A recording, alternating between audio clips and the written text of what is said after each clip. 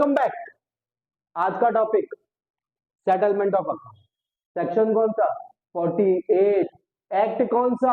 Indian partnership act 1932। किस sequence में हमको अकाउंट सेटल करने पड़ेंगे? देख, सबसे पहला पेमेंट, जब फर्म बंद हो रही है तो लाइबिलिटीज को पेमेंट तो करना पड़ेगा। असेट्स को हम बेच देंगे, उससे जो पैसा आएगा उससे हम लाइबिलिटीज को पे आउट करेंगे। सबसे पहले किसका पेमेंट? Outside liability. उसके बाद किसका पेमेंट? पार्टनर से लोन। जो फर्म ने पार्टनर से लोन ले रखा है ना, फिर उसका पेमेंट।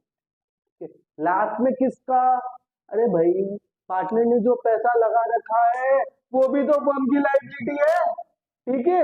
फिर लास्ट में पार्टनर्स कैपिटल का। क्लियर? चलो नोट करो जल्दी से। एक्स वाई जेड तीन पार्टनर। इन पार्टनर्स ने डिसाइड किया कि अब हमसे काम नहीं हो पा रहा है, हम फर्म को बंद कर दें। ठीक है, चलो फर्म बंद हो गई।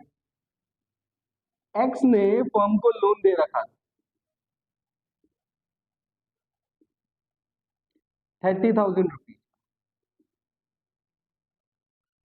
एक्स ने बोले सबसे पहले तुम मुझे लोन का पेमेंट करो। पर वाई जेड ने बोले पहले हम क्या करेंगे? कैपिटल्स का पेमेंट करें। तीनों ने जितनी भी कैपिटल लगा रखी पहले उसका पेमेंट करते हैं, बचा जो हम एक्स को दे देंगे। बताओ कौन सही? एक्स सही कि वाई जेड सही? जल्दी। ठीक है, अरे हाँ, क्या?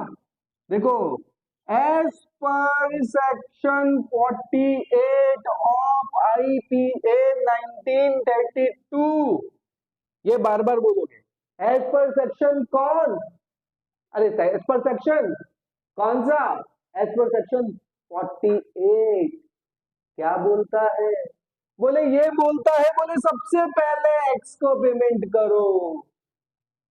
बताइए ना सीक्वेंस क्या थी? सबसे पहले आउटसाइड लायबिलिटी, उसके बाद पार्टनर्स का लोन, उसके बाद पार्टनर्स की कैपिटल का पेमेंट। तो वाईजेड गलत है। किस सेक्शन के अकॉर्डिंग? सेक्शन 48 के अकॉर्डिंग। कौन सा है? Partnership act. कौन सा सन? कौन सा ईयर? 1932। क्लियर? चलो एक क्वेश्चन और कर। समझ में आई बात? यहां पर कौन सही है? एक्स सही है। ठीक है, सबसे पहले पेमेंट होगा एक्स के लोन का।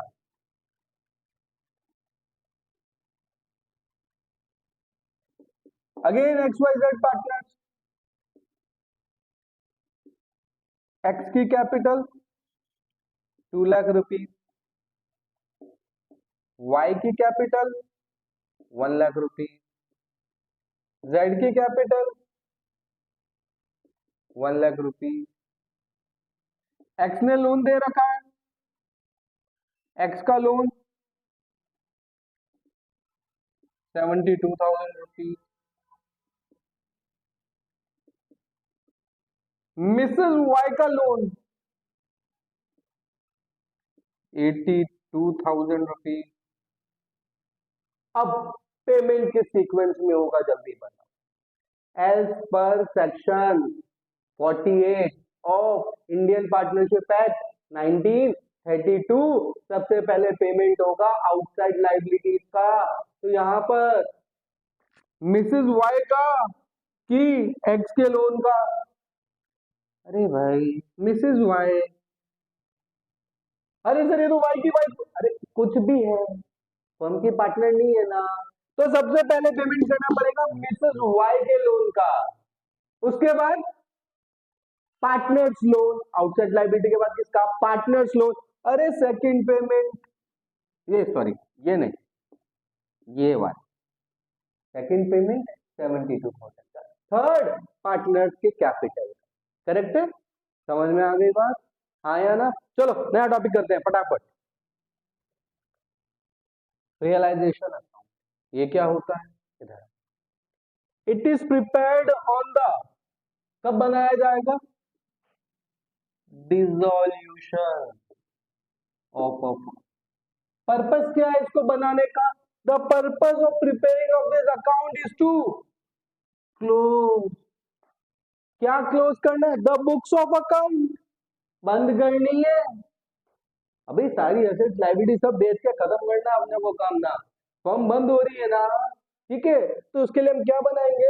realization account, and to determine gain or loss on the realization of क्या assets and the payment of क्या liability.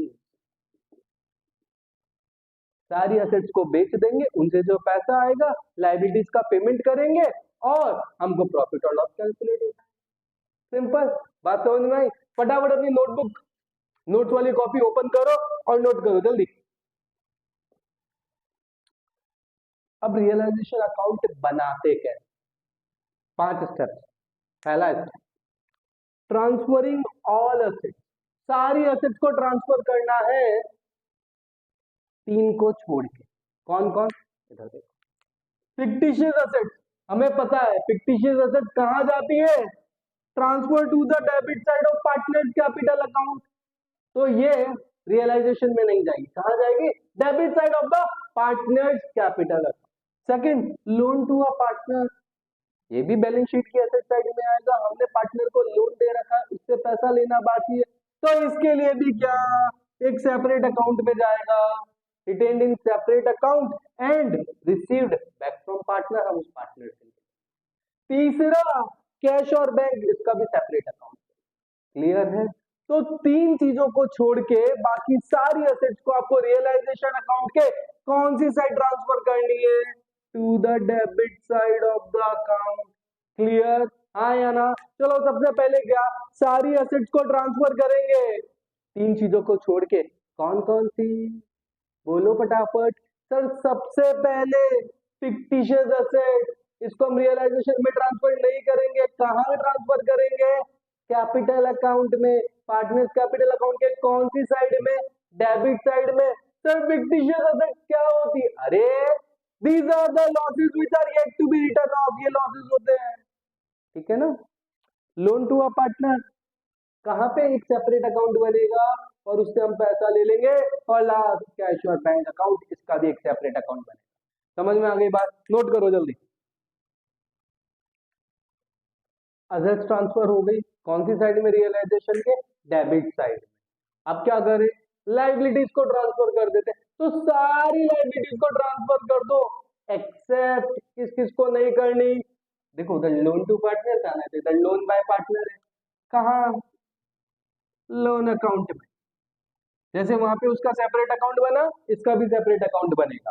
पार्टनर्स कैपिटल और करंट अकाउंट का बैलेंस जो लाइबिलिटी साइड में शो होता है वो कहां जाएगा?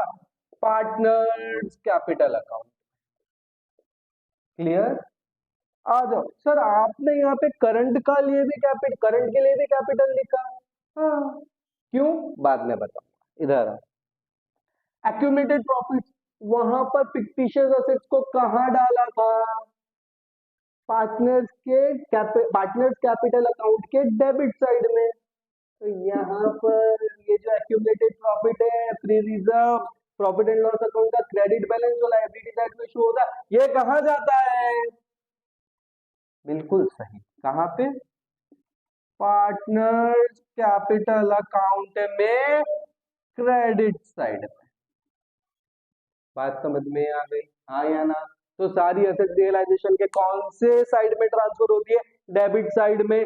एक्सेप्ट कौन सी? 3 एसेट्स को छोड़ के. Sir fictitious asset. Very good. Second loan to की बाय. देखो यहाँ पर क्या है? तो वहां क्या था? Loan to partner. तीसरा जल्दी से बोलो, कैश और बैंक अकाउंट. Very good. ठीक है. लाइबिलिटी, सारी लाइबिलिटीज रियलाइजेशन के कौन सी साइड में ट्रांसफर होगी? Correct answer. कौन सी साइड में? क्रेडिट साइड में. कौन से 3 चीजों को छोड़ के? इधर आओ देखो फटाफट. Loan by partner, partner capital और करंट अकाउंट और एक्यूमुलेटेड प्रॉफिट. इन सबको छोड़ के बाकी सब कुछ जो है वो रियलाइजेशन के क्रेडिट साइड में ट्रांसफर हो जाएगा. क्लियर? नोट करो जल्दी. असेट्स ट्रांसफर कर ली, लाइबिलिटीज भी ट्रांसफर कर ली. अब असेट्स को सेल करके जो भी पैसा आया वो कहां जाएगा? देखो amount realised on sale of asset including unrecorded assets. और अगर कोई असेट पार्टनर ले जाता है उसकी कैपिटल के अगेंस्ट में, तो कहां जाएगा? Transfer to the credit side. कौन सी side? Credit side. Fourth point, liabilities paid. अब क्या है, असेट बेच दी, पैसा आ गया, लाइबिलिटीज भी तो चुकानी पड़ेगी।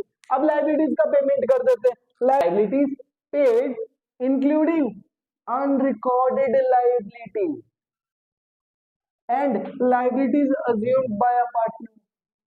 देखो वहां पर पार्टनर ये बोल रहा था कि ये असेट मुझे दे, ठीक है। यहाँ पर इस केस में बोल रहा है, पार्टनर बोल रहा है ये लाइबिलिटी मैं चुका, ठीक है।